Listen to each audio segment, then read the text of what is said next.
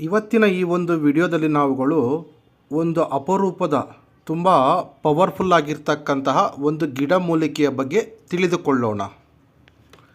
ನೋಡಿ, ಇಲ್ಲಿ ಕಾಣ್ತಾ ಇರ್ತಕ್ಕಂತಹ ಗಿಡಮೂಲಿಕೆ ಬಂದ್ಬಿಟ್ಟು ತೊಟ್ಟಿಲ ಬಳ್ಳಿ ಅಂತ ಇದರ ಹೆಸರು.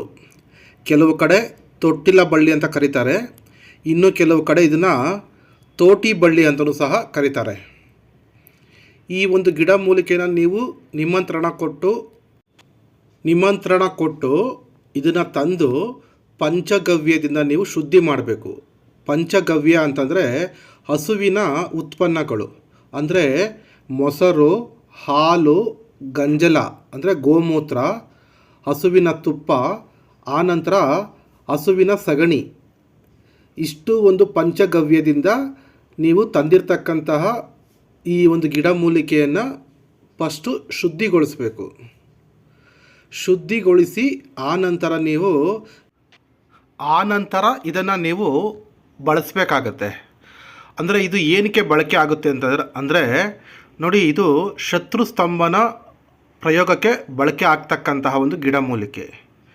ನಿಮ್ಮ ಶತ್ರುಗಳು ತುಂಬ ಪವರ್ಫುಲ್ ಆಗಿದ್ದು ತುಂಬ ಹಿಂಸೆ ಕೊಡ್ತಾ ಇದ್ದಾರೆ ಅಥವಾ ತುಂಬ ತೊಂದರೆ ಕೊಡ್ತಾ ಇದ್ದರೆ ಅಂತಹ ಸಂದರ್ಭಗಳಲ್ಲಿ ನೀವು ಶತ್ರುವಿನ ನಾಶಕ್ಕಾಗಿ ಈ ಒಂದು ಗಿಡಮೂಲಿಕೆಯನ್ನು ಬಳಸಬಹುದು.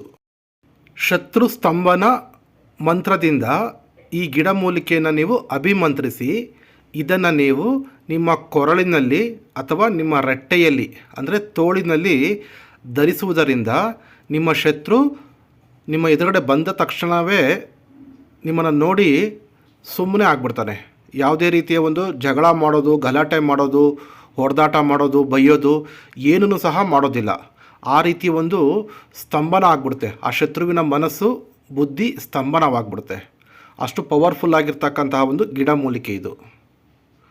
ಹಾಗೆ ಈ ಒಂದು ಯಂತ್ರವನ್ನು ಅಥವಾ ಈ ಒಂದು ಬಳೆಯನ್ನು ನೀವು ಧಾರಣೆ ಮಾಡಿಕೊಂಡು ನಿರ್ಜನ ಪ್ರದೇಶಗಳಲ್ಲಿ ಹೋಗಬಹುದು ಅಥವಾ ಕಾಡಿನಲ್ಲಿ ಧೈರ್ಯವಾಗಿ ನೀವು ಓಡಾಟ ಮಾಡ್ಬೋದು.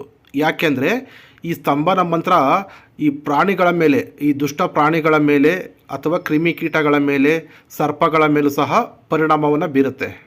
ಅಂದರೆ ನೀವು ಕಾಡಿನಲ್ಲಿ ಅಥವಾ ನಿರ್ಜನ ಪ್ರದೇಶಗಳಲ್ಲಿ ಹೋಗ್ತಾ ಇರ್ತಕ್ಕಂಥ ಸಮಯದಲ್ಲಿ ನಿಮಗೆ ಯಾವುದೇ ದುಷ್ಟ ಪ್ರಾಣಿಗಳು ಬಂದು ನಿಮಗೆ ಅಟ್ಯಾಕ್ ಮಾಡಿ ತೊಂದರೆ ಕೊಡೋದಿಲ್ಲ. ಅದು ತೊಂದರೆ ಕೊಡೋಕ್ಕೆ ಬಂದ್ರೂ ಈ ಒಂದು ಯಂತ್ರದ ಒಂದು ಪವರ್ನಿಂದ ಅದು ಸುಮ್ಮನೆ ಆಗಿ ಸೈಡ್ಗೆ ಹೊರಟೋಗ್ಬಿಡುತ್ತೆ.